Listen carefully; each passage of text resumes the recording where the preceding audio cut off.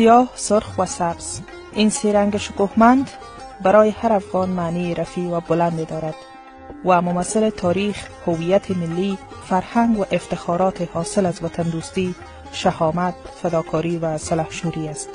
بیرق ما نماد همبستگی و یادآور وحدت و انسجام ملی ماست. ما با هر پیروزی و موفقیت آن را بلند می کنیم و بر آن بوسه می زنیم. ما در هر مناسبت ملی و بین المللی بیرق شکوهمندمان را به عنوان نمادی از هویت، تدین و ارق ملی مورد استفاده قرار داده ایم که اعتماد به نفس و غرور و عزت را برای افغانها به ارمغان آورده است. کشورمان در طی چند دهه اخیر صحنه تغییرات گسترده نظام‌های حکومتی بوده و بیرق‌های ملی نیز همگام با دیگرگونی حاکمیت‌ها تغییر کرده است، به طوری که بیرق افغانستان یکی از متغیرترین بیرق‌های جهان بوده است. قدامت استفاده از بیرق در افغانستان به 5000 سال می رسد.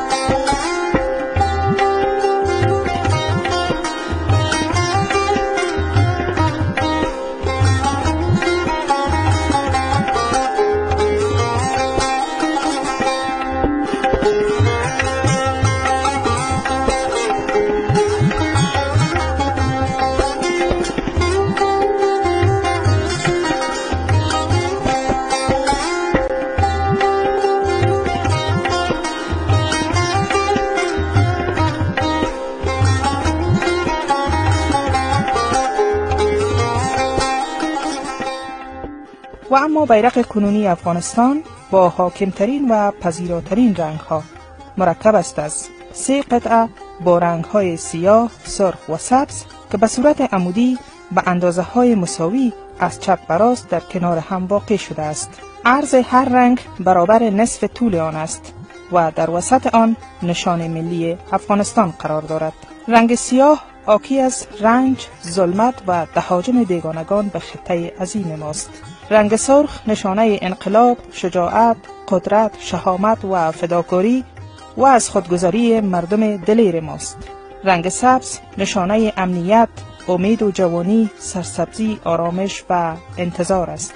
نشان ملی افغانستان متشکل است از محراب و منبر که به رنگ سفید و در دو گوشه آن 2 بیرق و در قسمت فوقانی آن کلمه مبارک لا اله الا الله محمد رسول الله و الله اکبر و اشعه خورشید در حال طلوع است. در قسمت تحتانی آن تاریخ 1298 هجری شمسی یعنی سال استرداد استقلال کشور و کلمه افغانستان جا داشته و از دو طرف با خوشه های گندم احاطه شده است. اندازه این نشان ملی طور روی بیرق ترسیم شده است که قطر آن برابر با نصف عرض کل بیرق بوده و گوشه های از خوشه گندم بر روی رنگ های سیاه و سبز نیز کشیده شده است. بیرق کشورمان بالاترین نشان هویت ملی و تداعیگر وطن پرستی و صلح‌خواهی ماست و نشان می دهد که با هر گونه جنگ و دشمنی مخالفیم. بیرق افغانستان عزیز بیان کننده آرمان‌ها و مطالبات ملت عظیم و با افتخار است که زیر سایه آن به قیمت خون خویش از وطن حفاظت کرده و آن را آزاد نگه داشتند. اما اقوام افغانستان دور از هر گونه تفرقه باید زیر سایه یک بیرق در چهارچوب قانون اساسی اهداف و منویات نظام را پیگیر باشند. احترام نسبت به بیرق شکوهمند کشور باعث نقش برآب شدن اهداف پلید دشمنان ماست. پس بیایید بیرقمان را با مشخصات معین آن مطابق به قانون اساسی کشور همیشه در اهتزاز نگه داریم. بیرق ما نشانه هویت ملی ما. I'm a senior fellow at the U.S. Institute of Peace and the Woodrow Wilson Center. I am really delighted and honored to have Doug Lute here to join us this afternoon for a conversation on wars of the future and the wars of today. Doug is a unique person. He is a scholar, a soldier, a policymaker, and a diplomat. And to find that level of competence with that long a career and working for both Republican and Democratic administrations is rare, if not totally unique. Doug is a graduate of West Point and Harvard. He served in the military for 35 years, rising to the rank of Lieutenant General. He was Director of Operations at the Joint Chiefs of Staff, running military operations worldwide. He also was a policymaker, serving at the National Security Council under both Presidents Bush and President Obama. And most recently, he was the U.S. ambassador to NATO, the world's largest military alliance. So we're going to talk, have a conversation for a half hour, 45 minutes, and then we're going to open it up to your questions. So let's begin with the elephant in the room, and that is NATO obsolete? Well, first of all, thanks to USIP. I think most of you probably turned out to see Robin, not me, but I come to listen to Robin as well. So we have that in common. It's good to be back in the States, and this is one of my first opportunities. I left government on January 20th, and having settled back in with my family here in Arlington, it's nice to be back and have an opportunity to do events like this. So thanks to USIP for the invitation. So I think if someone calls NATO obsolete, that person has missed about 25 years of recent history. If obsolescence was what NATO was in the Cold War, it's important to remember that the Cold War ended in '89, '91, and I think NATO went through a very fundamental adaptation in that period. In fact, President Obama at the Warsaw Summit last summer referred to a pivotal moment. And he said that today NATO is at a pivotal moment. I think the only other moment like today was that period, '89 to '91, where after 40 years of the Cold War, NATO fundamentally changed. It did a couple things. First of all, it changed politically. It went from, in that period, 16 allies. Today there are 28. So it enlarged politically. It opened its doors to former Warsaw Treaty members, former Soviet socialist republics like the 3 Baltic states, and welcomed them into the community of democratic nations hinged on democratic values, which is what the alliance is all about. So it changed politically. It also opened its doors by way of partnerships, so not membership, but partnerships to 40 other countries. So it started at the end of the Cold War with a mere 16 sort of hunkered down behind the sandbags of the Cold War. And a few years later, 16 became 28, and no partners became 40 partners. Among the partners, every Soviet Socialist Republic and Russia itself. That's pretty fundamental political change over a period of about 2 decades after the end of the Cold War. And it certainly shows, that kind of adaptation certainly shows not an obsolete organization that's stuck in the past, but really one that's got its head up, is paying attention, and is contributing. Now, NATO's military alliance, it also changed militarily. After 40 years of the Cold War, which was absolutely anchored in collective defense. I mean, I grew up, and I suspect there are others in the audience who grew up in the U.S. military or in the U.S. diplomatic corps in Western Europe at that time. And this was all about the collective defense of Western Europe. I mean, that was the raison d'etre of NATO from its origins in 1949. At the end of the Cold War, though, NATO realized it didn't need to have 300,000 American troops in Germany defending a border which no longer existed. And so it adapted. Fundamentally, the U.S. adapted, and 300,000 U.S. troops today became 30,000. So we decreased by, you know, my math fails me here, but a lot, 90%, right? And so we did not stay anchored in the military posture of the Cold War. We changed. With the military forces that remained in NATO, we took our show on the road. So Soviet Union dissolves in '91. By '95, 4 years later, 60,000 NATO troops go to Bosnia. 2 years after that, 50,000 into Kosovo. After 9/11, NATO joined us in Afghanistan. In fact, that's really significant because if NATO were obsolete, it seems a little peculiar to me that an alliance that was designed to defend Western Europe against the Soviets, right, actually invoked its collective defense clause not long after the fall of the Berlin Wall, with Western European allies supporting us, and the attack was not in Western Europe, but it was here across the river, and it was in New York City, and it wasn't by the Soviets, it was by something called Al-Qaeda. Now, an obsolete organization wouldn't pull off those kinds of adaptations on the political front and on the military front. So I deny this notion of obsolescence. It doesn't mean, by the way, that NATO should rest on its laurels. No meaningful organization, not USIP, not the US government, not NATO, can afford to just sit back and let events wash over it. So there's more adaptation to take place, and we can talk about that.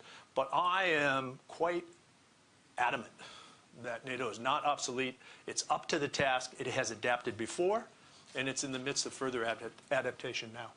Can you talk a little bit about... All my answers won't be that long. No, I hope they are. It's very thoughtful. How is the U.S. role in NATO evolving?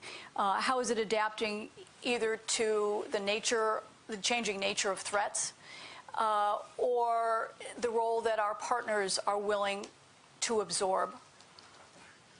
Well, the first fundamental change, if we're still adapting, as I suggested, the first fundamental change at this strategic inflection point, or Obama's pivotal moment, has to do with responding to a newly aggressive Russia, to NATO's east, and to a whole host of very complex challenges to the south, to NATO's south geographically. So this is the ISIL challenge to the south. This is mass illegal migration from the south.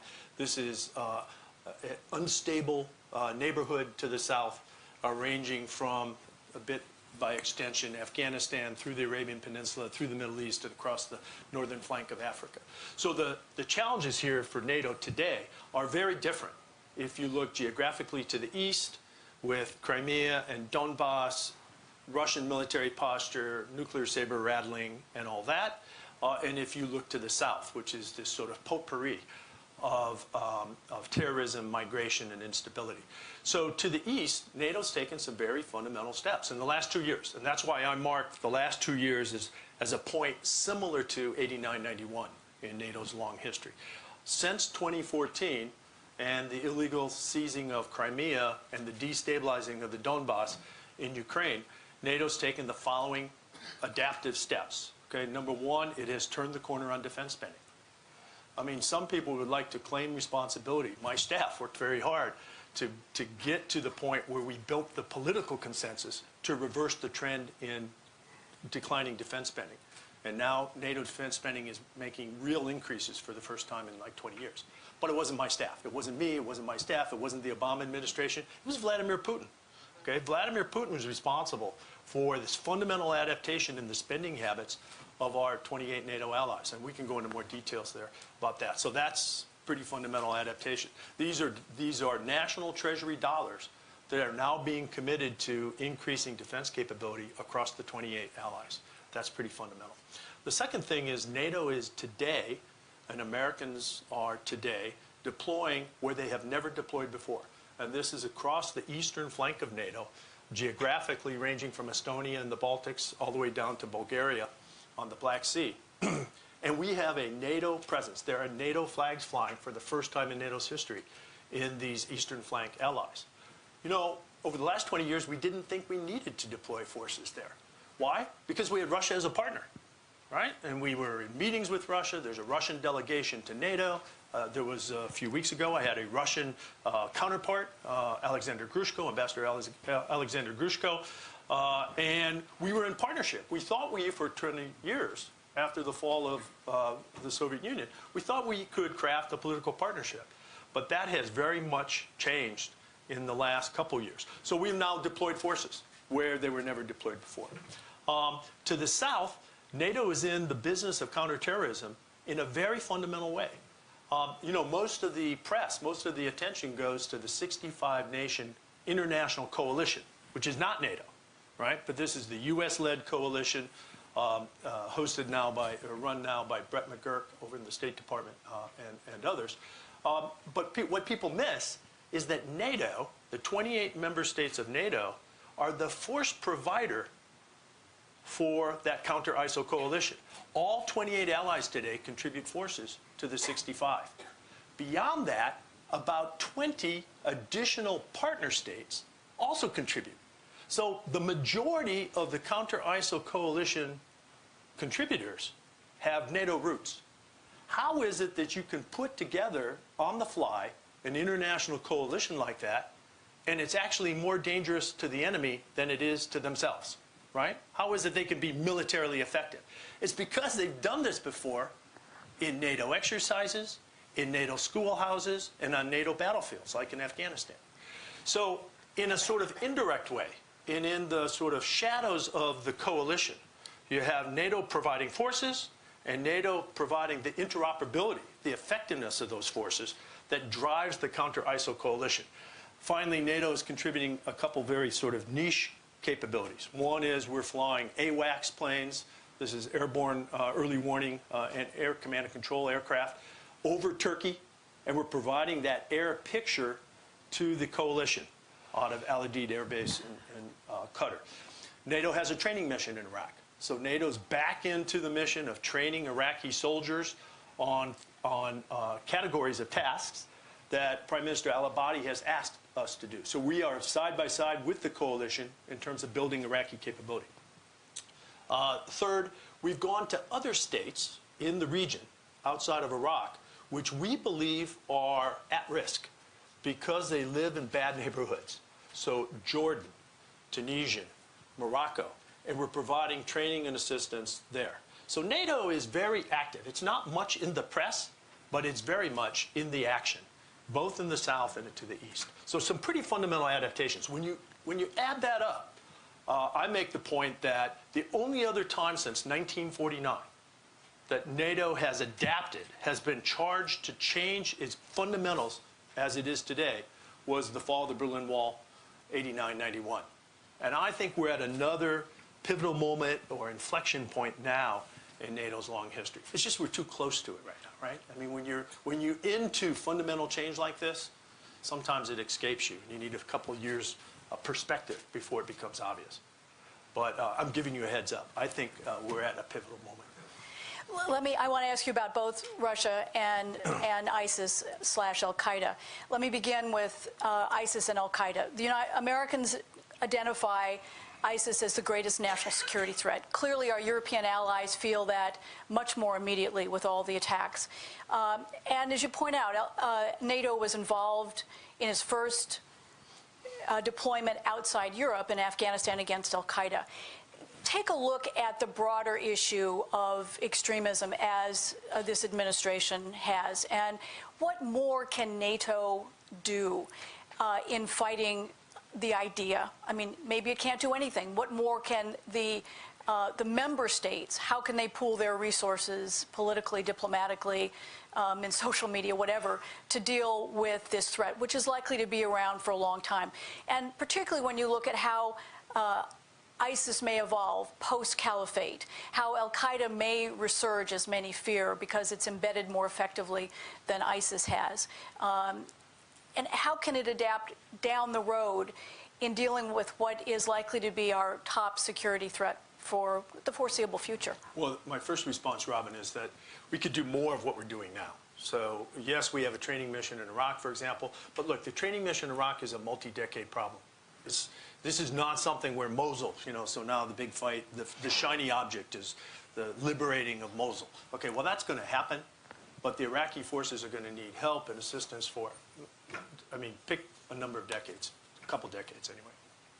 So NATO can move into that space as the coalition moves elsewhere and can take on some of the institution building and take the long-term perspective in investing in Iraqi capacity. So we're tailor-made to do that. We should do that. But actually, there's a tougher chore, I think, at hand for NATO allies. And that is because the ISIL threat internal to NATO, so here in the United States, as one of the member states, but in Paris, in Brussels. I mean, the Brussels airport 2 miles from my office in NATO headquarters was bombed last March, right?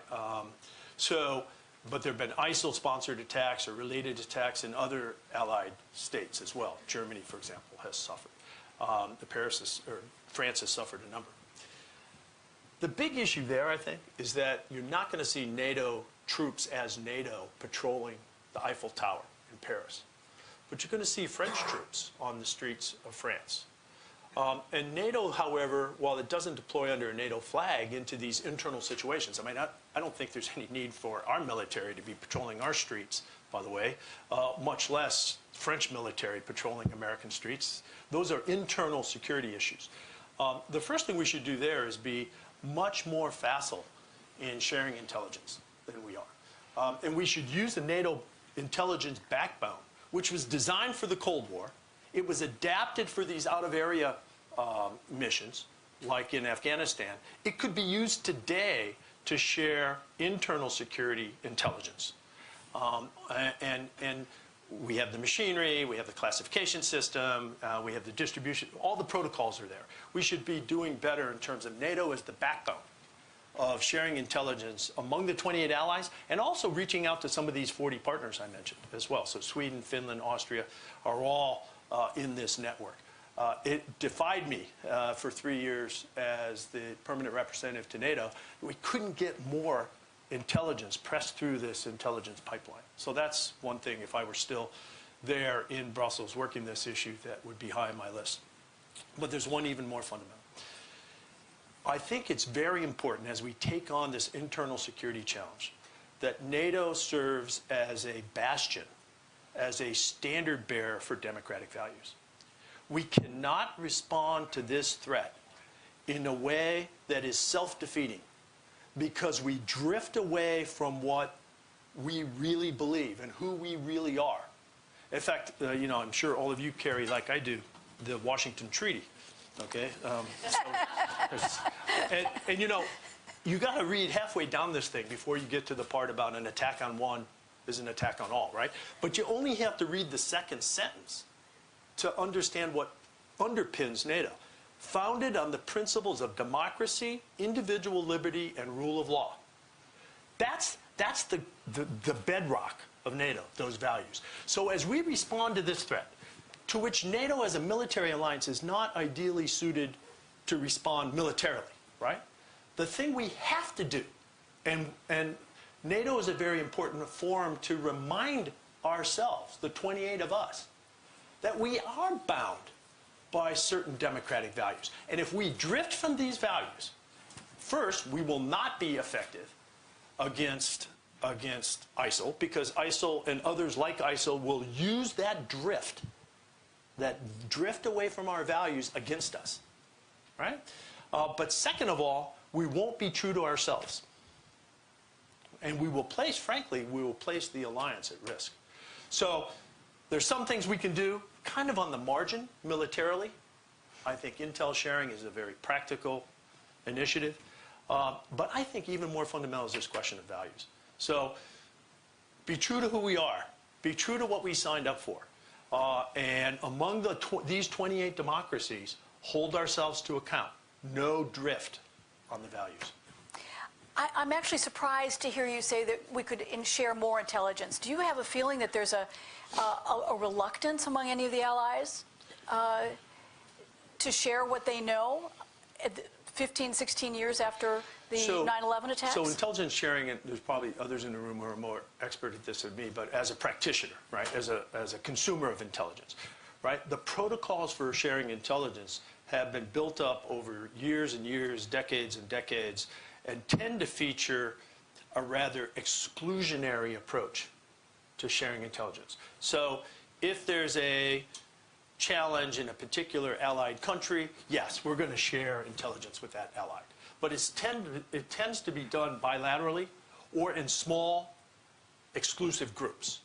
What I'm suggesting is that we should open those pipes, and not for tactical intelligence. You know, like terrorist X is believed to be in the 3rd floor apartment at the intersection of Street 1 and Street 2. That's of no interest to an ally 4 countries away, right? but intelligence that reflects the broad trends of the movement. So you have the core of ISIL in Iraq and Syria. What about the 8 franchises? How are they doing? What's the U.S. intelligence assessment of the relationship between the franchises and the core? What happens, what's the U.S. analysis of what happens when Mosul and Raqqa are, as they say, liberated and no longer in the physical control of ISIL? So what's the next phase look like? These are not things that involve tactical, internal security, or police actions, right? But they're more operational and strategic. That's the analysis that we should be sharing now. So that when we come to that next phase against ISIL, and there will be a next phase and a phase after that, this is going to be a long-term problem, and it may not be called ISIL. It may be called son of ISIL or whatever. When we come to that, we have a base of 28 like-minded nations that have shared their analysis and therefore have a basis for action. And we don't have to start from scratch because the initiative rests with the enemy. So that's the intelligence. I'm talking about higher level intelligence, which I think we can be more inclusive and more sharing. But do you have a sense that there's anyone in the alliance that's not sharing vital intelligence with us? So I don't really have an opinion on that. I suppose that because the protocols today are not in place among all 28, and because of this sort of intelligence sharing bias, which is only need to know, right? I suspect that's the case, but I don't have any hard evidence of that. Yeah. All right, so let's turn to Russia. Relations have been particularly fraught since Russia's invasion of Ukraine in 2014. And this month marks the 10th anniversary of Vladimir Putin's famous speech at the Munich Security Conference, right, when he talked... This week. This week, that's right. Munich is later this week. In which he blamed the United States for instability in the Middle East because of its clumsy handling of the Iraq War, for undermining international order by its expansion into the Baltics and provoking an arms race with its development of missile defense. President Trump has repeatedly talked about bettering relations with Russia. How realistic do you think that is? How do you, when you look down the road at the basic differences we have with Russia, how do you kind of project into the future? Well, look, from NATO's perspective, this is a pretty clean-cut answer. That is that Russia fundamentally tore up the rule book in the seizing of Crimea and the overt semi-proxy destabilizing of the Donbass. I mean, this breaks the fundamental rules of the road in the world, yes, but certainly in Western Europe, which had suffered so much from past experiences of violating sovereignty and violating international borders and so forth. We've lived under those rules now for some time. And even basically during the Cold War, we sort of abided by these rules. I mean, these rules go all the way back at least to the UN Charter. But through the Helsinki Agreement, through the NATO-Russia Founding Act, which was an agreement between NATO and Russia about the rules of the road and so forth, right? So the rule book was ripped apart with the seizing of Ukrainian territory, the Crimea, in, 3 years ago? In fact, 3 years ago this month. So there's no disputing that. And there's no collaborating, there's no accommodating that basic fact, okay? And NATO is not going to get over this, okay? This is not something that NATO is going to forget. Why? Because borders and sovereignty are fundamental to keeping Europe on the peaceful side of the equation. That's fundamentally an American interest too. And I think, obviously, since the end of World War II, that's been the big project in Europe. So on that side, there's no accommodating. But there are a lot of other issues on which we should be searching for common ground with Russia. So let me just, cite a couple examples. Counterterrorism. We should be sharing. One of the ISIL franchises is in the North Caucasus. There are Russian citizens today fighting under ISIL's flag in Syria and Iraq.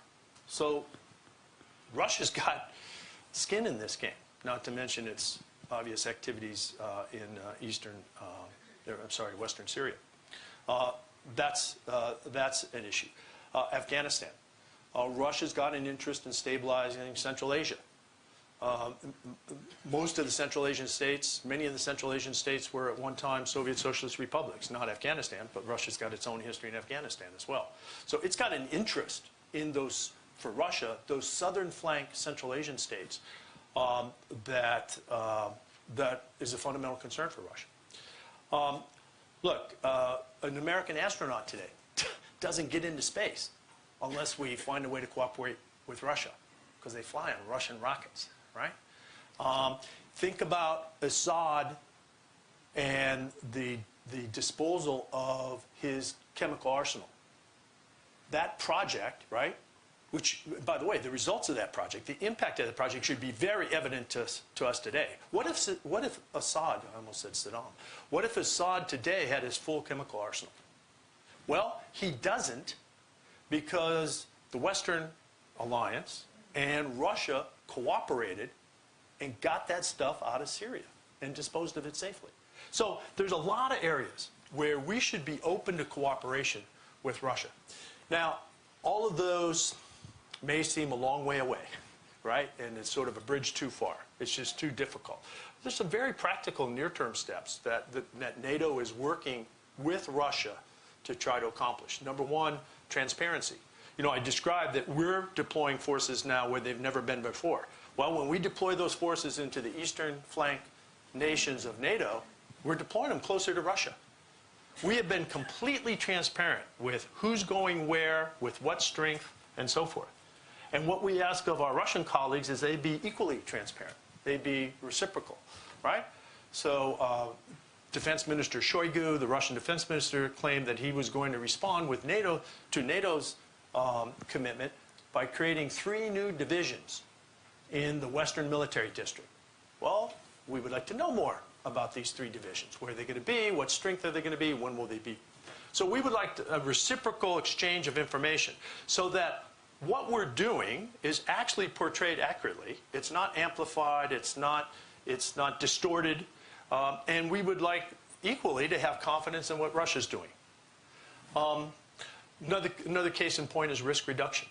There have been, over the last couple years, a number of very dangerous close encounters of military aircraft with our military aircraft, Russians' aircraft with our aircraft, Russian aircraft buzzing our fleet, and in all cases in international airspace, in international seas, right? And we've so far avoided a shooting match. But when a Russian fighter comes over the horizon in the Baltic Sea and closes to one of our ships at a distance the width of this room, at several hundred knots per hour, you can imagine that the captain of that ship, of that U.S. ship in the Baltic Sea, has a matter of seconds to figure out whether this is game day or this is just harassment.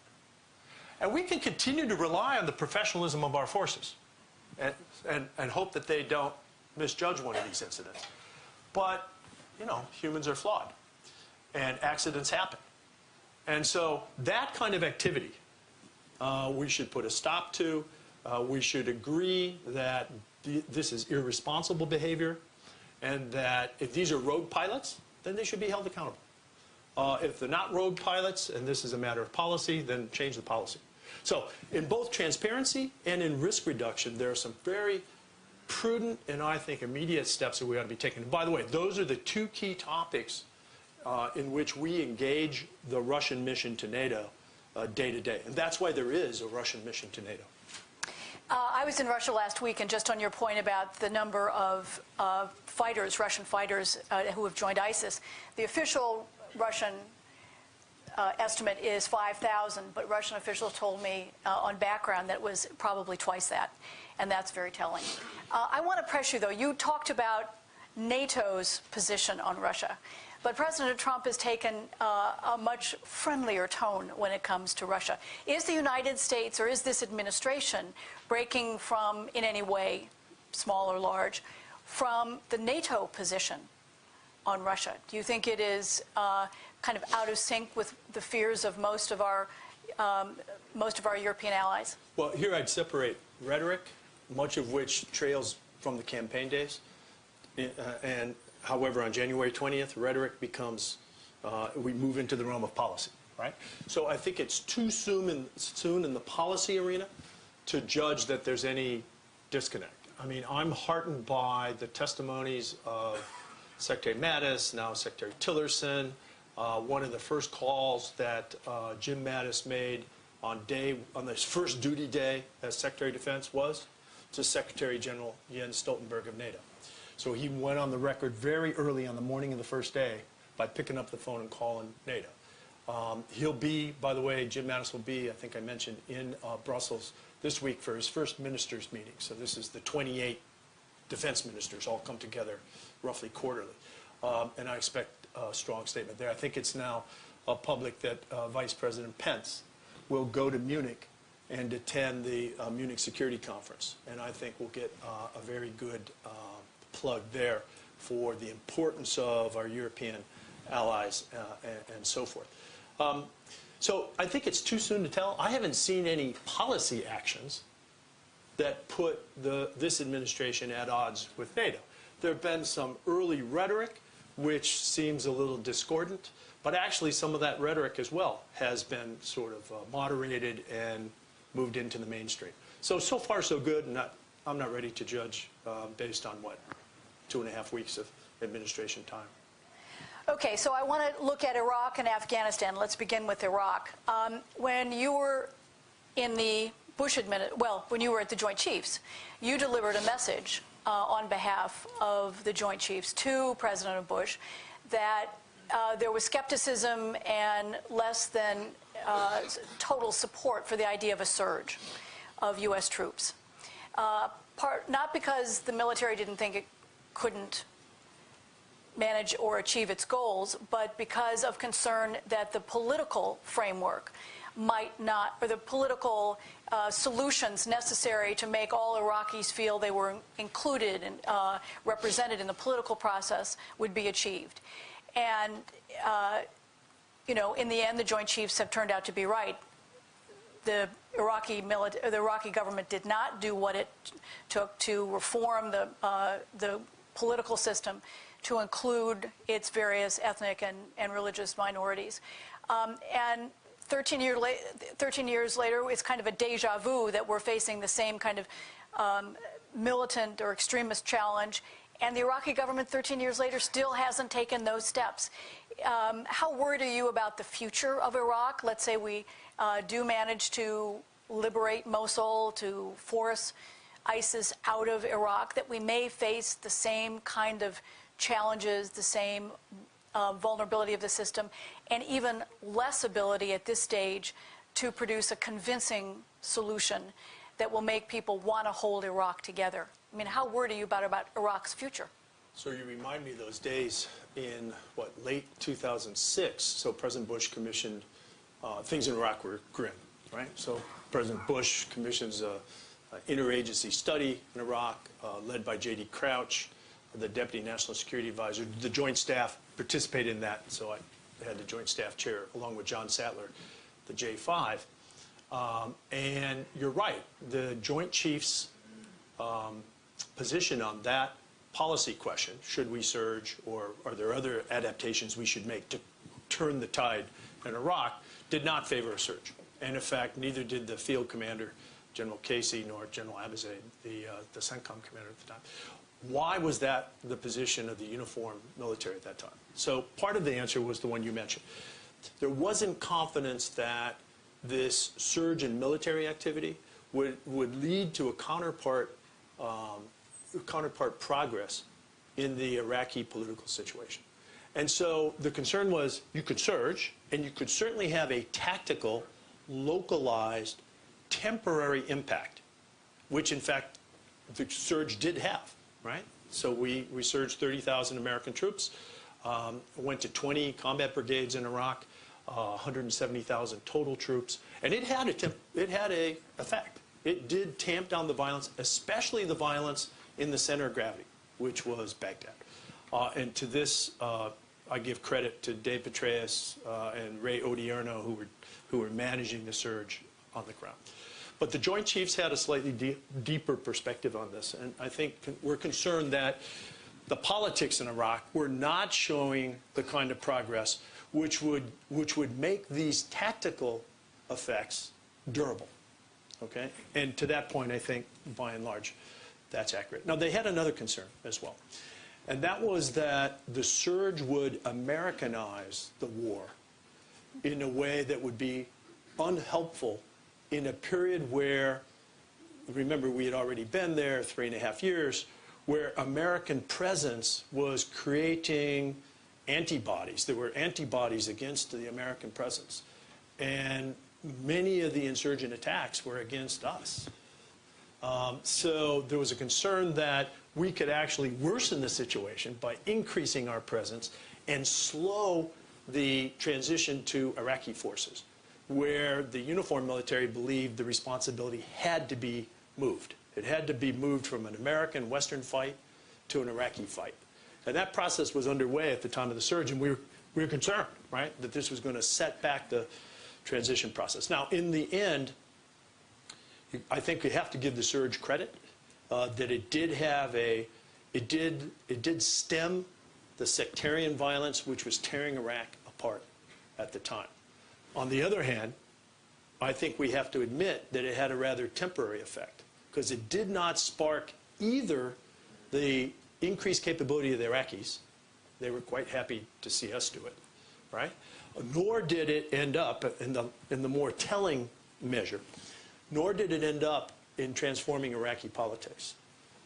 And so I remember at that time, in fact, so 6 months after the surge is when I went to the White House to work on Iraq. And at that time we had 4 or 5 or 6, maybe John Wood will remember, although he was doing mostly Afghanistan on my team. We had 4, 5, or 6 benchmarks for Iraqi political progress. So this is the hydrocarbons law, the provincial powers law, and others here will remember. I can't remember all 5 of them. I have to go back and check my notes. By and large, they're unfulfilled to this day, right? And the result is that you have a Shia majority government, which is less sectarian than maybe some of its predecessors, but still has not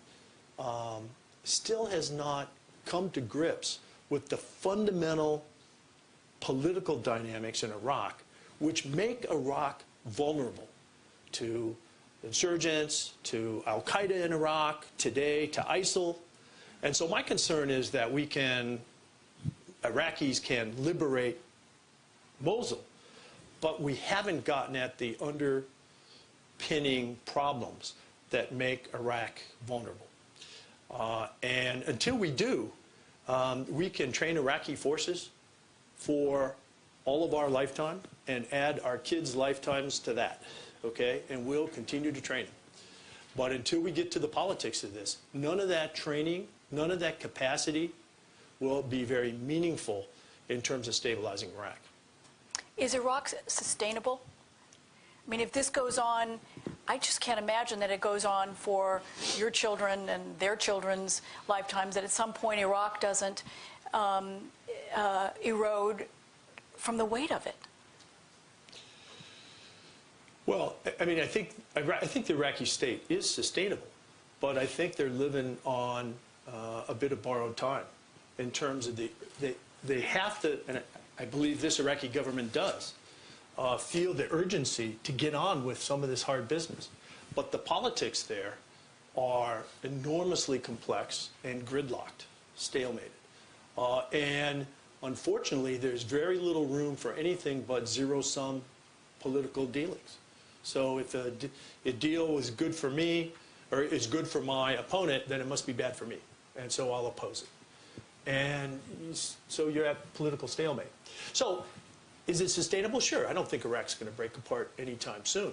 But you do wonder how a state goes on and on and on through waves of what for any other state would be existential violence. I mean, how many car bombs can Baghdad endure? Well, apparently quite a few. Because they went through, remember, the whole insurgency while we were there. Then there was a bit of a lull after we left. But then Al-Qaeda in Iraq was replaced by ISIL, some of the same people. Al-Baghdadi was an AQI guy, and now he's leading ISIL, right? And they're going through another wave of violence. And you read in the newspaper, today there were 3 or 4 car bombs in Baghdad, and a couple hundred people died, and tomorrow we're just back at work. I don't know. This is one of the things that still puzzles me after watching and observing Iraq now for a decade. I don't understand how that state can endure this level of violence and not fracture. But it does. It's amazingly durable. All right, so to Afghanistan, America's longest war. The top U.S. commander has now asked for thousands of more troops. We have 8,400 there now, training Afghan forces and fighting terrorism. When you look at the, how long this has gone on, is Afghanistan winnable? And what does winning actually look like? And if you were advising the president, would you say to send more troops, and for how long? Would there be limits on it? This is basically the question that we responded to year after year after year in the NSC. Should we send more troops? So look, there's some parallels here with Afghanistan, but with what I just said about Iraq, right? So what does success look like in Afghanistan? We've been pretty clear from the very outset that the goal is no more 9/11s, right? No safe haven for international terrorists. Now, in the, 15, going on 16 years that we've been there, our national objective has drifted from time to time. It started out as pretty clean cut. Get the guys who gave us 9/11, right? That's what took us in October of 2001. There was a period of time when we imagined that this is going to be perhaps simpler than it is, and that our goals could expand. And that we could, if I remember when I first got to the NSC and looked at the national objectives for Afghanistan, it was some of the adjectives in the objective statement were democratic, market-based economy, respect for the rule of law, and safe haven or safety for all minorities and genders. Okay, great. Okay, that objective defied anything that looked like Afghanistan. Okay, then after a while, we tried that objective on for size, not making progress, in fact, losing ground. And we eventually came back, I think, in 2009, when President Obama made it pretty clear, after 2 strategic reviews of Afghanistan, that the objective was to was again back on Al-Qaeda. Now, there's a connection between Al-Qaeda, the narrow objective, and the broader objective. If you can stabilize the state of Afghanistan, and Afghanistan is self-sustaining, right, then it will deny safe haven to Al-Qaeda, and we don't have to do it ourselves. So that's a bit of the stretch goal. I would argue that today we have achieved our objective in Afghanistan in the narrow sense. There's been no instance that I know of international terrorism being planned, plotted, commanded and controlled from Afghanistan, okay, since 9/11. So check, okay, no safe haven. Now, it doesn't mean there's no Al-Qaeda operative in Afghanistan, but they're no danger to us or anybody else outside of the area in which they live, which is a pretty localized, and by the way, very, very remote area in Afghanistan. Now, ISIL has today a presence in Afghanistan. It's quite modest, okay? I don't know of any external plots coming from that ISIL presence in Afghanistan outside of the localized area. So in a sort of very realist, steely, cold-eyed view, we've attained our objective in Afghanistan. Now, if we want that to be sustained with no U.S. presence, then we've got a lot of work to do with the Afghan state. And this as much goes to this point about building military capacity, which, by the way, we've put something like $70 billion over the years into building an Afghan military. And this is against the Taliban, okay? The Taliban have no aircraft, no drones, almost no vehicles, except the ones they take from us, and so forth, right? I mean, this is a classic rural, poor insurgency, Pashtun-based insurgency. And we've poured tens of billions of dollars against it. The problem is that the military capacity we've built, and this is a little bit like my comment on Iraq, has not been coupled to political progress. And so you have this military out there, and it's fighting, but it's fighting in the midst of a government which can't deliver for the people, a government which is still driven by corruption, and I mean industrial scale corruption. I mean, Afghan military officers, senior military officers, buy their positions in many instances, pay for their positions. Why? Because they know once they're in position, they'll come out ahead, okay? They'll recoup the down payment, okay?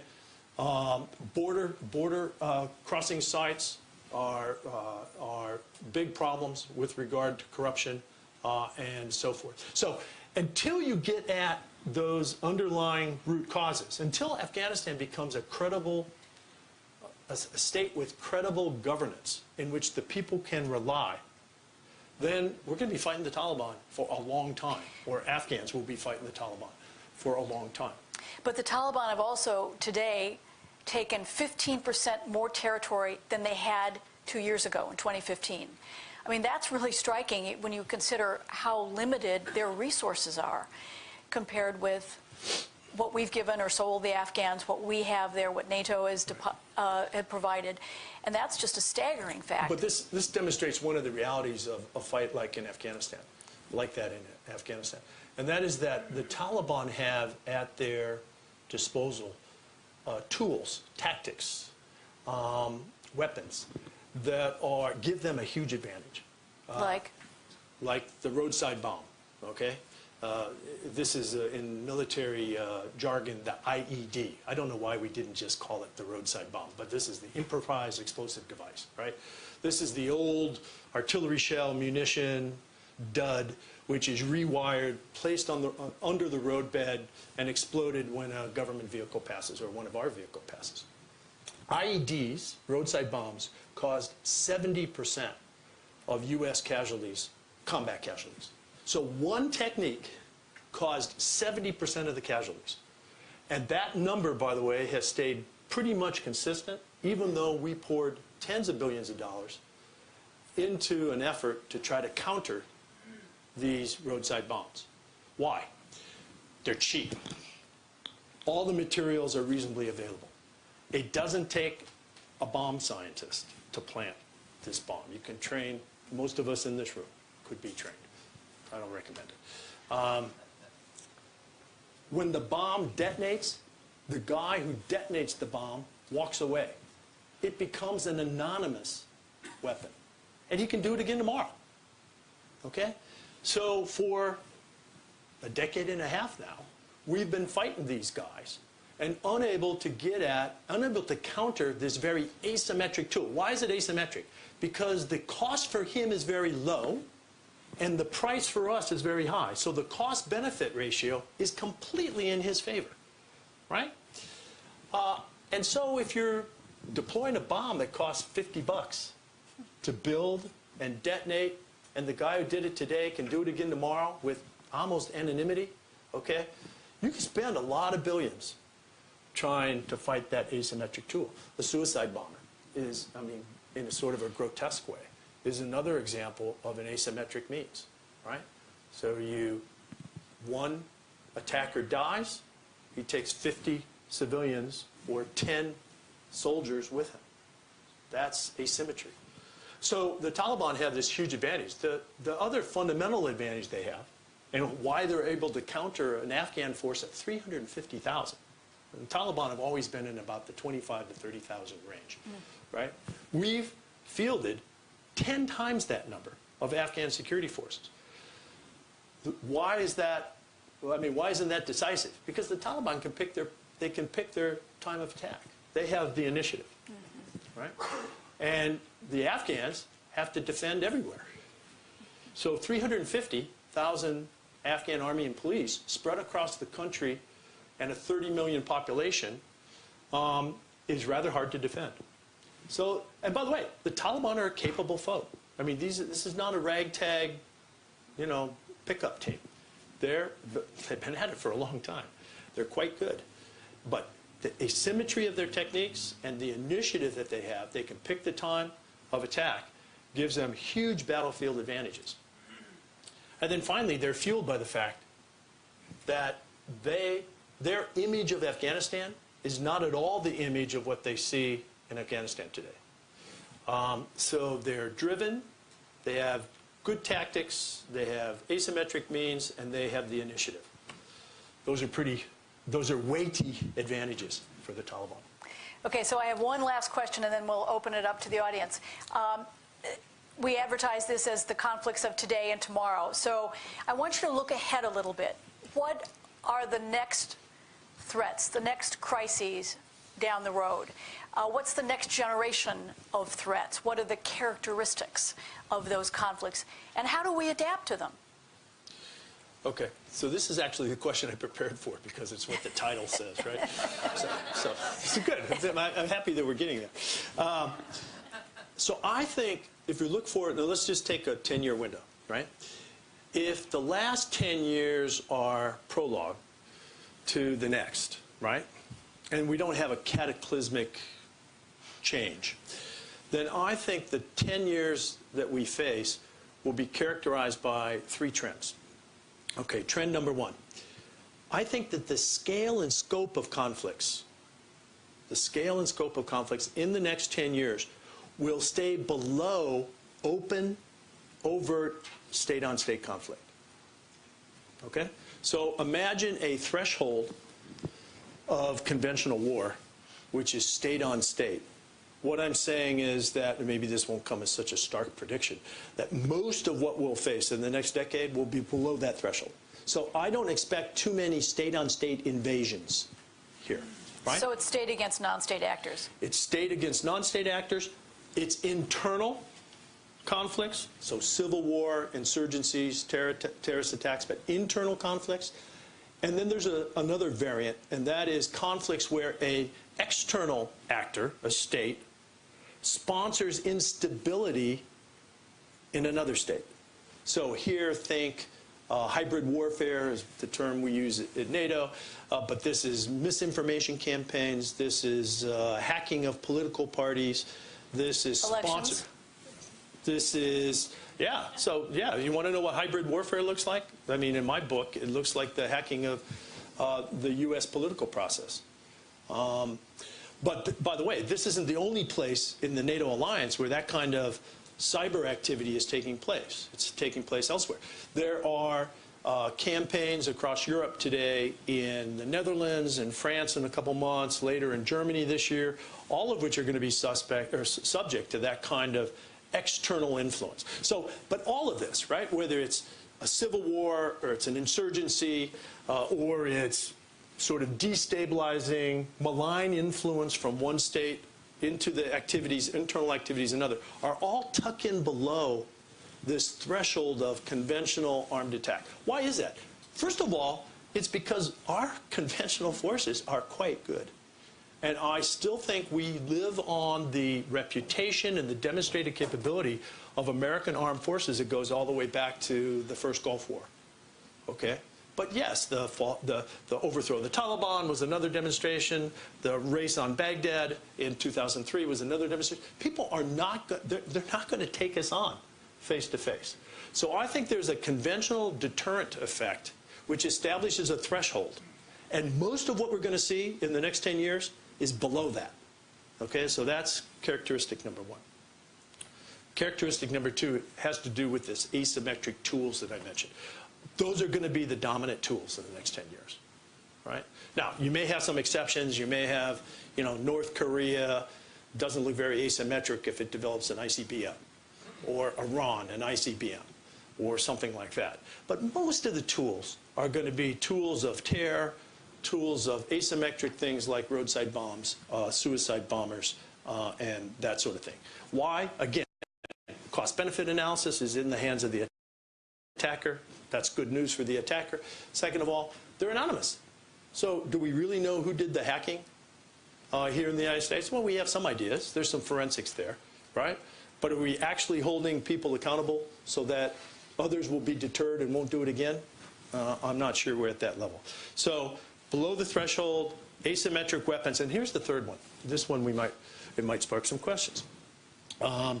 I think most of these conflicts will fall below the threshold of vital U.S. national interests.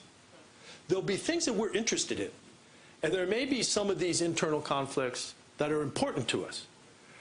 But I don't see on the horizon much prospect for an attack or an outbreak of violence which rises to the vital national interest category. Why is that? Again, I think we have to remember, we have to remind ourselves that our strategic nuclear deterrent posture and the deterrent effect of the best military, the best Navy, the best Air Force, the best Army, the best Special Forces, which resides in this country today, has a suppressive effect on state-on-state violence.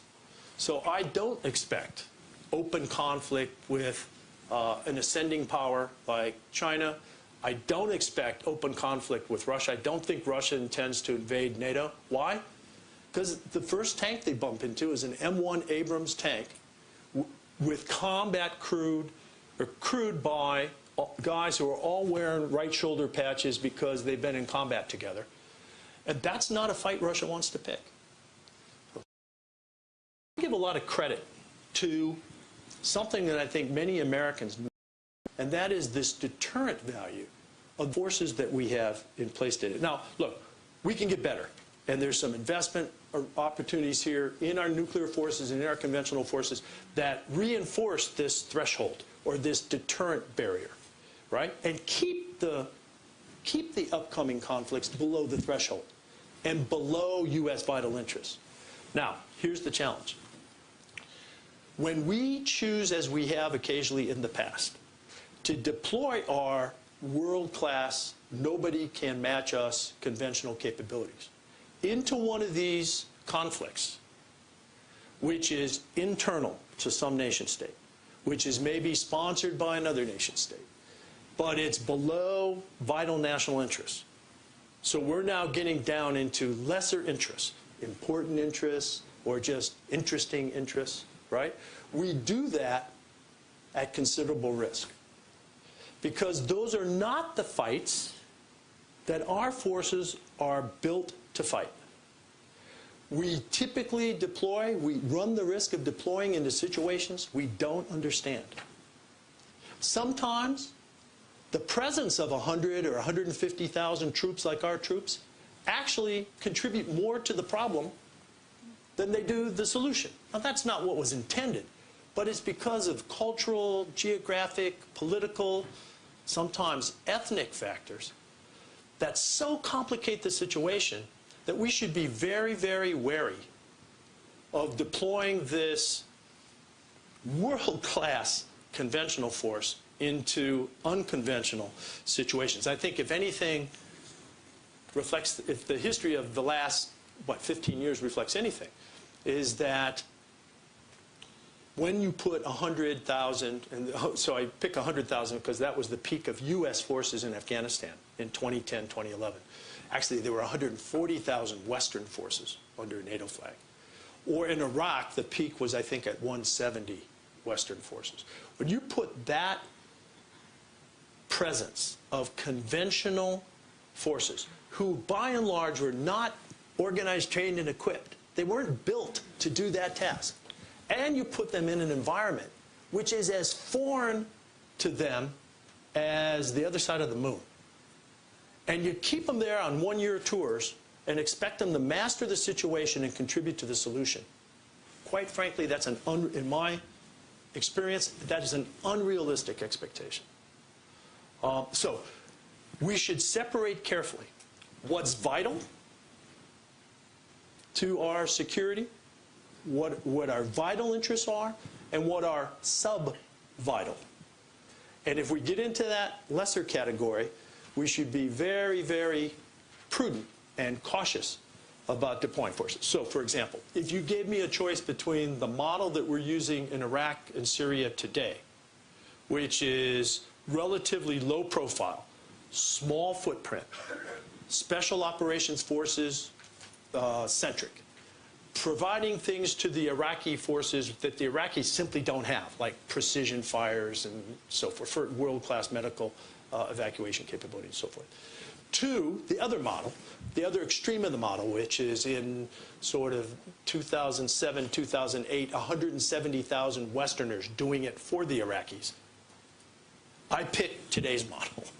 I think, for the reasons I've outlined, it's got a much higher prospect of success. So the three trends, mostly below the threshold of vital national interests, so internal conflicts, external sponsorship, hacking, that kind of thing. Mostly asymmetric tools, okay? And mostly not involving U.S. vital national interests. Now, that doesn't mean no interest, but not vital. Okay? That's great. I'd press you on specific countries, but I will leave it to questioners. Let's start here. Do we have microphones to be passed around? And please identify yourself. Andrew Pierre. Is this on? Okay. That was a terrific discussion. Thank you very much. It shows your military background and skills as well as your political skills as an ambassador and so on. I'd like to take the discussion we had of Europe at a slightly different level, maybe a more political level. There are winds of change in Europe right now, like what we had last night and this morning here. In many countries, as you well know, important elections coming up in France, in Germany, Brexit in the UK. There are governments which are shifting in Poland, Hungary, other parts of Central Europe. The Baltic states seem a little stable, but these winds of change are leading to what is termed populism. Some might argue that we're now having a growth of populism right here in the United States. And this raises the question, I think, of how we look at NATO. You put an emphasis on sort of less vital parts of our interests. But I would assume, but you can disagree with this, that we view NATO, we should view NATO as absolutely vital. But it's not clear that outside of the military, then the political forces in Europe, and maybe this country also, will come to that same judgment. And if that's the case, are we really facing a situation where we are eroding public support on both sides of the Atlantic for NATO, and the situation in which the Russians could certainly take advantage of it? That's a good question. So first of all, let me affirm that, yes, I think that the NATO alliance is above the threshold. It's worth fighting for. In fact, we have an internationally binding legal commitment by way of the Washington Treaty. I mean, that's what a treaty means, right? That if one of the other 27 is attacked, we are obliged to respond by, and the treaty actually says how we would go about doing that. So, yes, that's worthwhile. I mean, I think Jim Mattis said, I mean, this is a line I wish I had thought of as the NATO ambassador, but Jim Mattis said it first in his testimony. He said, look, if we didn't have a NATO, we would have to create one. We would have to invent one. So I'm quite happy that we have one, and that our forefathers, sorry ladies, they were all fathers at that point, in 1949, crafted this thing. It's an amazing organization. And as I said in my opening remarks, it's also proven amazingly durable because it has gone through distinct phases and it has found its way through those phases. So, vital, NATO, no question. I agree with you that institutions like NATO and like the European Union But not only those. I mean, other American institutions below the federal government, many of these are coming into question. People seem to be in a very questioning mood these days, and wondering whether some of these older 67-year-old, like NATO institutions, are worth their weight.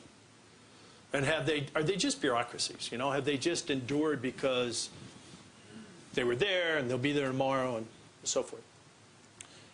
I actually think for NATO, as long as it continues to adapt and doesn't prove itself obsolete, and I think I've made the case that it is not today obsolete, and as long as it remembers that its center of gravity, the essence of NATO, is solidarity at 28, then NATO will be okay.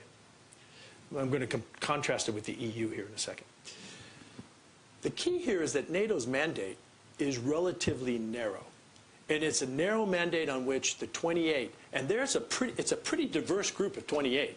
I mean, think of the diversity between Erdogan's Turkey and Theresa May's UK, or Justin Trudeau's Canada and one of the Baltic states. I mean, this is a pretty diverse group, or Italy and Norway, right? So what pins it together?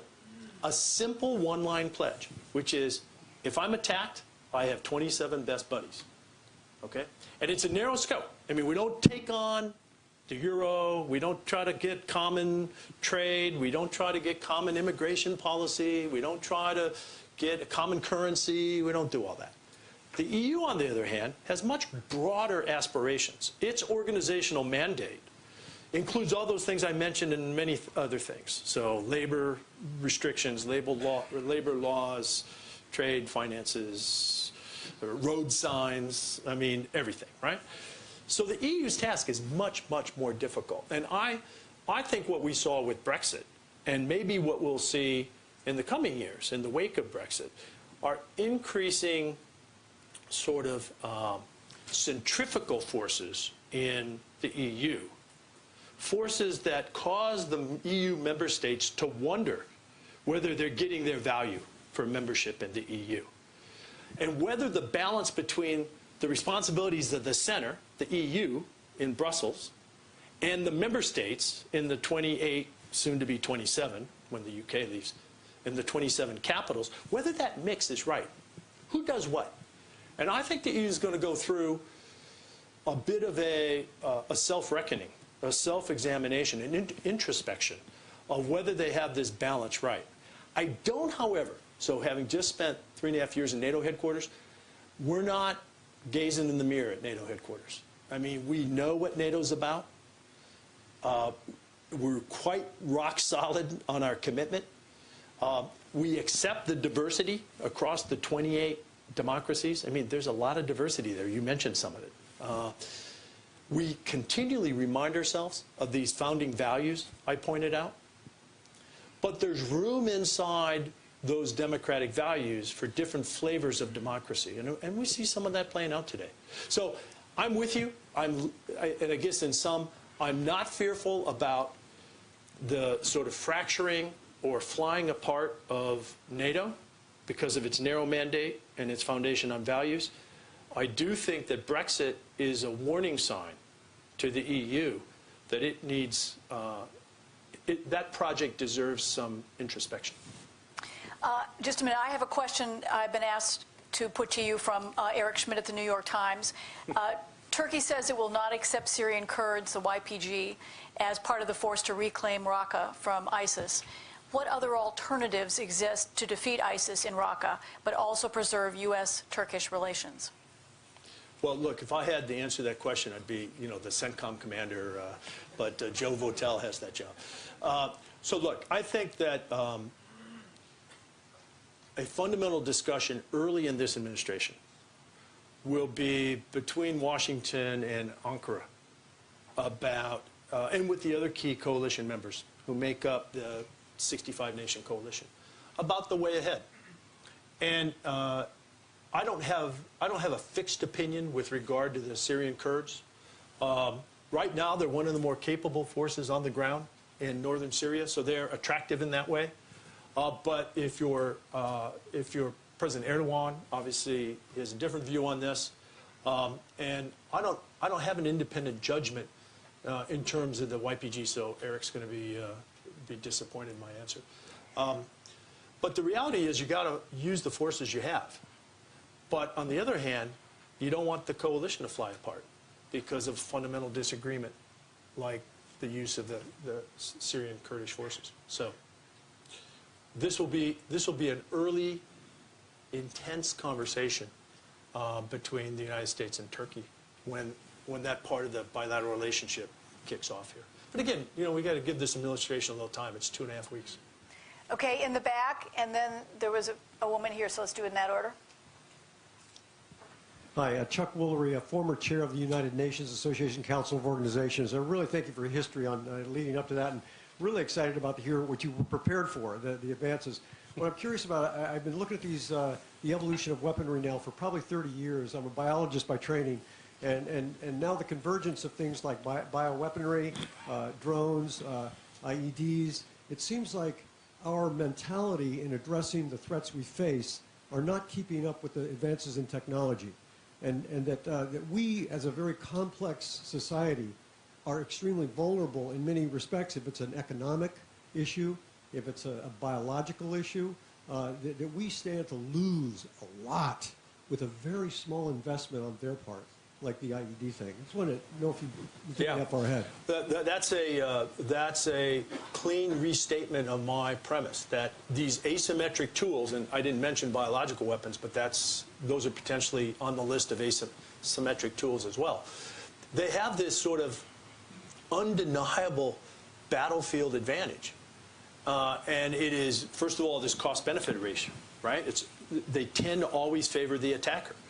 And then the second, this question of you can live to fight a second day. So it's not just a one-time attack because they tend to be anonymous. So you can imagine you've probably studied examples of the potential use of biological weapons that are hugely advantageous to the attacker, but in terms of cost and benefit, and which will be very hard to attribute to the attacker. But cyber attacks, look, these hacking incidents also fall in that category. So it's a very diverse set of tools, from the roadside bomb to a potential biological to internet hacking, that really, in a way, defy defense. And you're right, we're not where we need to be on this thing. Now, why are we there? We're there, first of all, because technology enables some of these tools, right? So internet hacking didn't exist, 10 or 15, 20 years ago.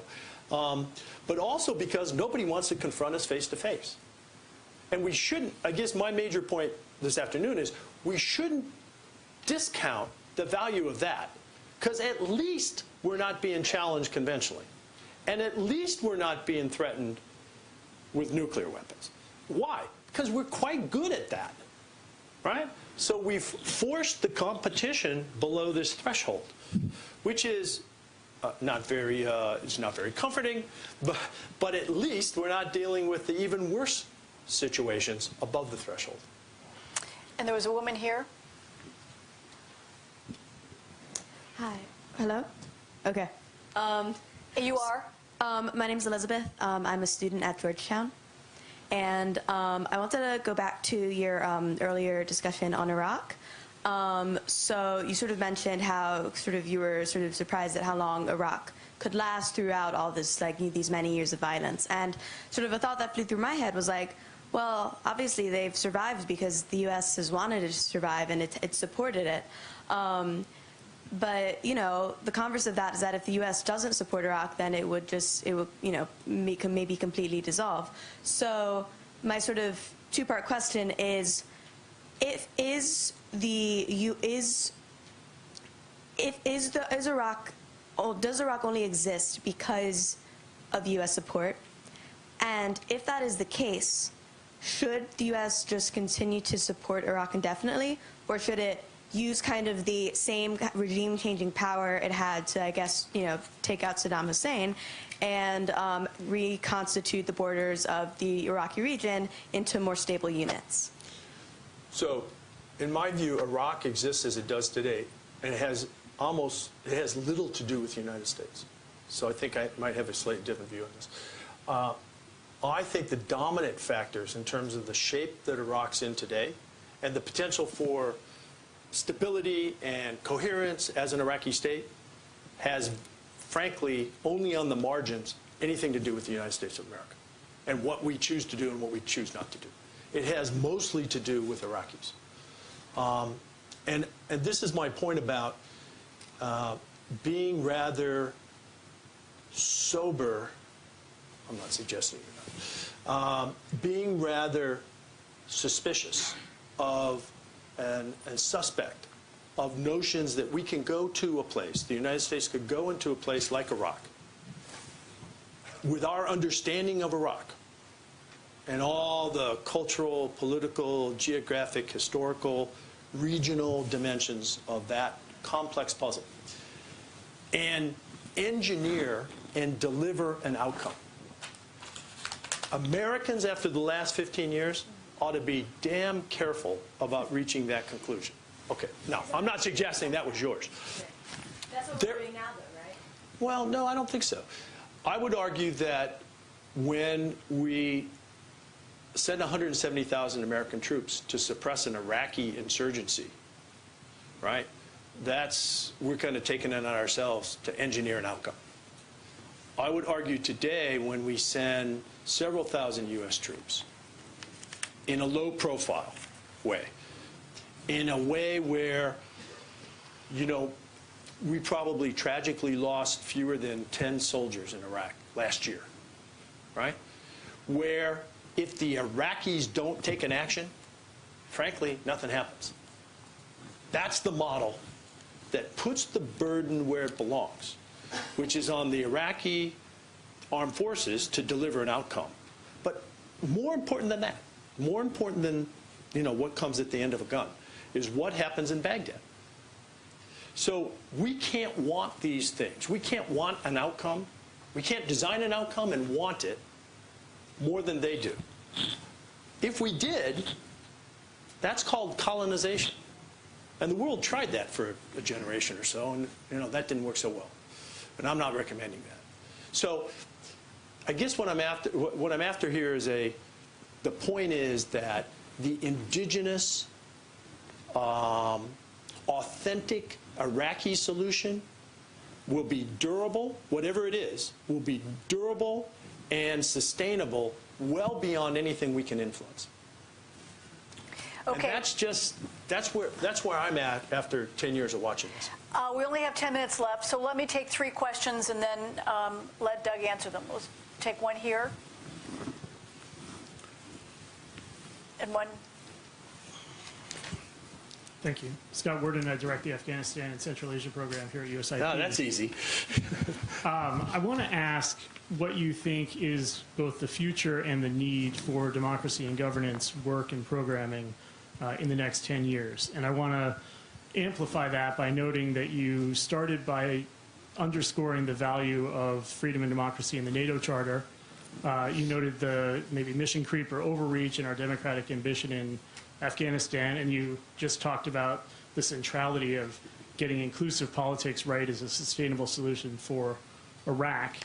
Against all that, I think that there's going to be a nostalgia in this administration, or among others, for can we just have strongman rule in this area, and that kept the lid on it for many decades. And so that's kind of out there as the alternative. And I wonder, how do you evaluate those contrasting examples, and what is, absent strong military force, the democratic and governance approach to this? And the man with glasses here. And who else had a question? Let me find it. Yeah, back here. Thank you very much. My name is Nebra Shikolujevic. I'm ambassador of Montenegro to the UN, to the United States. Sorry, I was there before this. Well, Mr. Ambassador, Mr. General, when I was thinking how to address you, whether I should call you Mr. Ambassador or Mr. General, I think that I should address you in both capacities, because your lecture fits both capacities really very well. And thank you very much for inspiring lecture and the conversation that we had. I have plenty of questions that I would really like to ask, but I will focus only on one. I fully share your thoughts about adaptability of NATO, in particular in the last 25 years, and a certain comparison of the situation 25 years ago and all the challenges that NATO and the whole Europe and the world faced at that time, and the current ones that you explained. And one of the policy that has proven as a successful one is open door policy of NATO. I hope that next time in similar occasion when we see you, you will be talking about 29 members of NATO rather than 28. So I would like just to ask you, how do you view now, given the adaptability of this very important organization, the future open door policy? Thanks. And one more in the back here.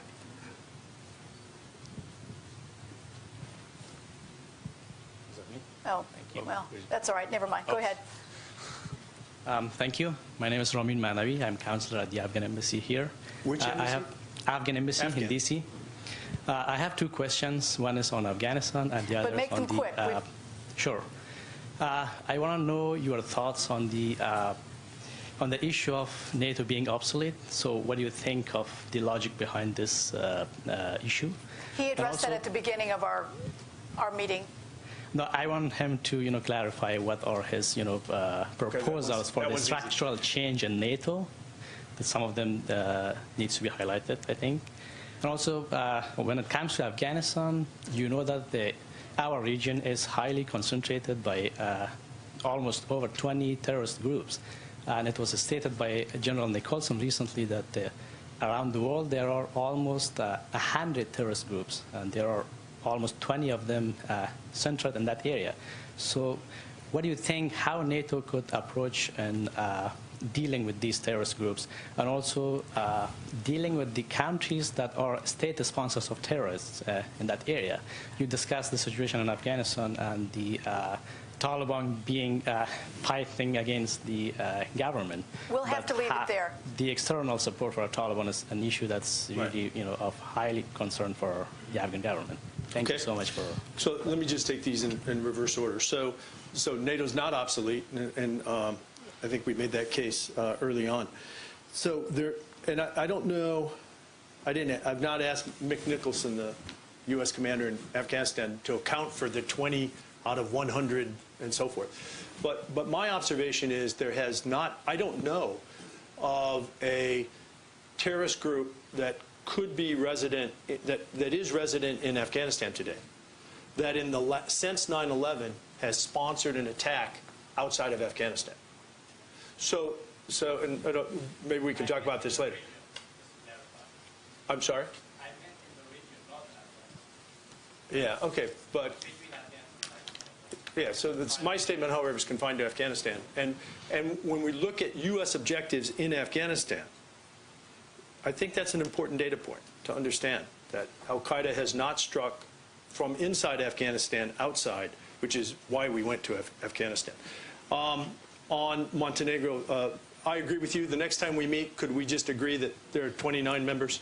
That would be good. And of course, everyone should know this is in front of the U.S. Senate now. It's been voted out of committee.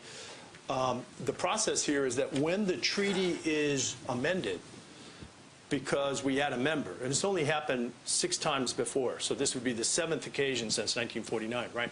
The treaty actually gets changed, right? And so it has to go through the same process as when the treaty came into effect originally. So all current members have to go through their constitutional process, as we're doing now, just up Pennsylvania Avenue, by way of Senate ratification. I'm confident that's going to happen. And I'm also confident that the U.S. position on this will not have changed across the divide of the two administrations. So I think we're going to be okay with that. I agree with you. I think NATO enlargement, so the move from 16 members in 89-91 to 28 today, has been a success story. Why? First of all, because it has brought 100 million Europeans under the NATO flag. And why is that important? Not because it's 100 million soldiers or military capacity entirely, but these are 100 million people who now live under democracy. And in some cases, they're still emerging democracies. And in all cases, they are imperfect democracies, like ours. Okay? But the point is, they signed up for the second sentence. Okay? And that's been, I think, an aspirational impact on democracies in Central and Eastern Europe and the Balkans. But it's been a motivational tool. And I will tell you that in NATO headquarters, the most active, the most vocal, the most vibrant members among the 28 ambassadors include most of the Central and Eastern European allies who are damn glad to be in NATO today, especially when they see what's happening to the east. I don't think open door is going to go away. Why? Because it's in the treaty. Just so you know, it turns out that it's Article 10. And it says that the alliance shall remain open, thus the open door title, right? It should remain open to European democracies that reflect the values, so you got to get through the values check, right? And are able to contribute to the collective defense. And then finally it states that the vote at the end of the day has to be unanimous.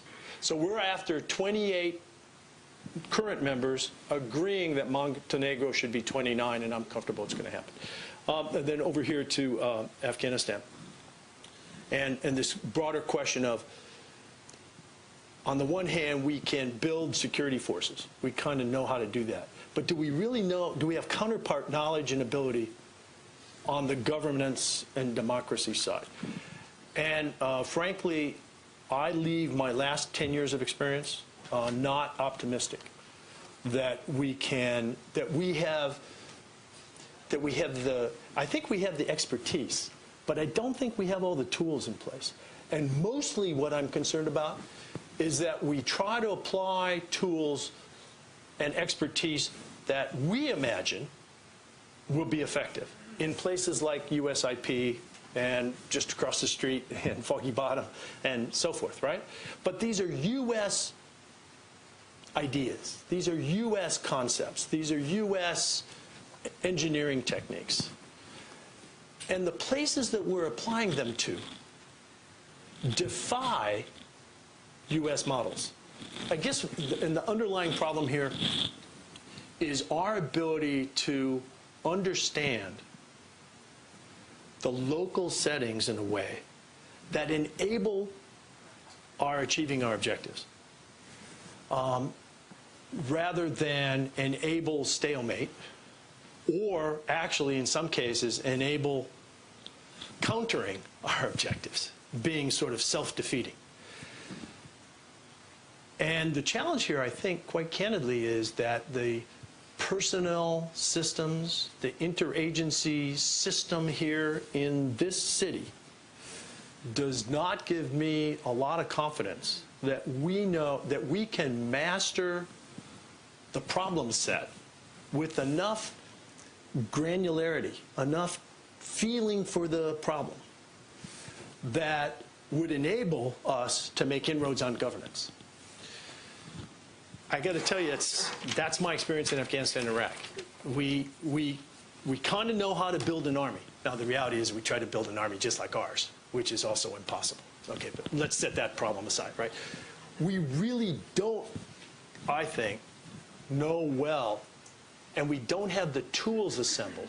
We don't have the mastery of the subjects to get at something that's one or two orders of magnitude more difficult than building an army, which is building a credible, representative, durable political outcome.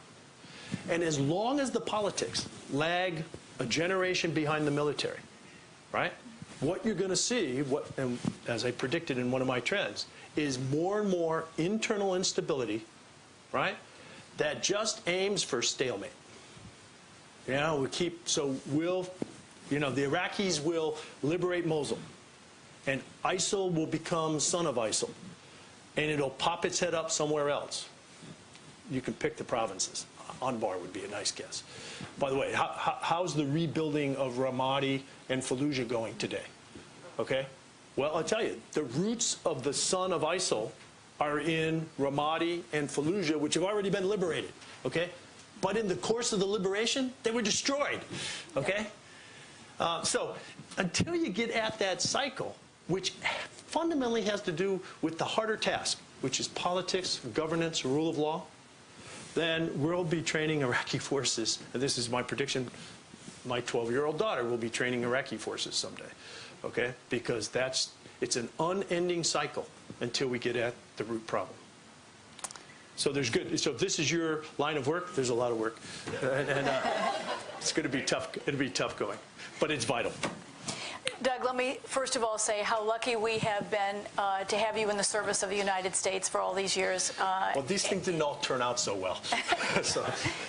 Well, you've given it your best efforts, and we're so grateful today for you to appear your first time since coming back from NATO at U.S. Institute of Peace. Really a breathtaking analysis of the world, the threats we face. And please join me in thanking Doug. Thank you.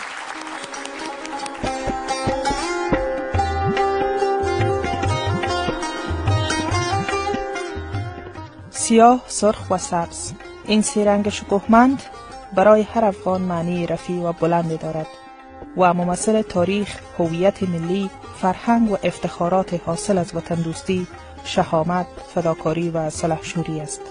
بیرق ما نماد همبستگی و یادآور وحدت و انسجام ملی ماست. ما با هر پیروزی و موفقیت آن را بلند می‌کنیم و بر آن بوسه می‌زنیم. ما در هر مناسبت ملی و بین المللی بیرق شکوهمندمان را به عنوان نمادی از هویت، تدین و ارق ملی مورد استفاده قرار داده ایم که اعتماد به نفس، غرور و عزت را برای افغانها به ارمغان آورده است. کشورمان در طی چند دهه اخیر صحنه تغییرات گسترده نظام‌های حکومتی بوده و بیرق‌های ملی نیز همگام با دیگرگونی حاکمیت‌ها تغییر کرده است، به طوری که بیرق افغانستان یکی از متغیرترین بیرق‌های جهان بوده است. قدامت استفاده از بیرق در افغانستان به 5000 سال می رسد.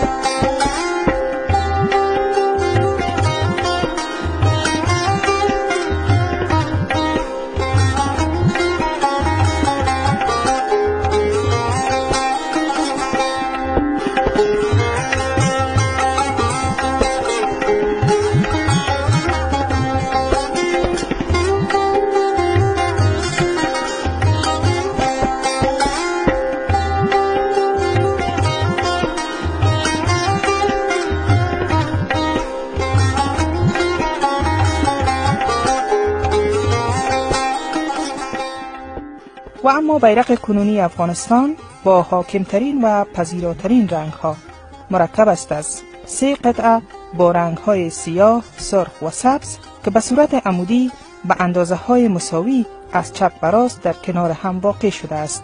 عرض هر رنگ برابر نصف طول آن است و در وسط آن نشان ملی افغانستان قرار دارد.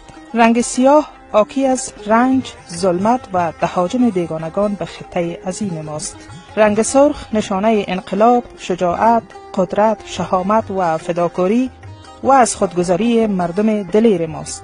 رنگ سبز نشانه امنیت، امید و جوانی، سرسبزی، آرامش و انتظار است. نشان ملی افغانستان متشکل است از محراب و منبر که به رنگ سفید و در دو گوشه آن 2 بیرق و در قسمت فوقانی آن کلمه مبارک لا اله الا الله محمد رسول الله و الله اکبر و اشعه خورشید در حال طلوع است. در قسمت تحتانی آن تاریخ 1298 هجری شمسی یعنی سال استرداد استقلال کشور و کلمه افغانستان جا داشته و از دو طرف با خوشه های گندم احاطه شده است. اندازه این نشان ملی طور روی بیرق ترسیم شده است که قطر آن برابر با نصف عرض کل بیرق بوده و گوشه های از خوشه گندم بر روی رنگ های سیاه و سبز نیز کشیده شده است. بیرق کشورمان بالاترین نشان هویت ملی و تداعیگر وطن پرستی و صلح‌خواهی ماست و نشان می دهد که با هر گونه جنگ و دشمنی مخالفیم. بیرق افغانستان عزیز بیان کننده آرمان‌ها و مطالبات ملت عظیم و با افتخار است که زیر سایه آن به قیمت خون خویش از وطن حفاظت کرده و آن را آزاد نگه داشتند. اما اقوام افغانستان دور از هر گونه تفرقه باید زیر سایه یک بیرق در چهارچوب قانون اساسی اهداف و منویات نظام را پیگیر باشند. احترام نسبت به بیرق شکوهمند کشور باعث نقش برآب شدن اهداف پلید دشمنان ماست. پس بیایید بیرقمان را با مشخصات معین آن مطابق به قانون اساسی کشور همیشه در اهتزاز نگه داریم.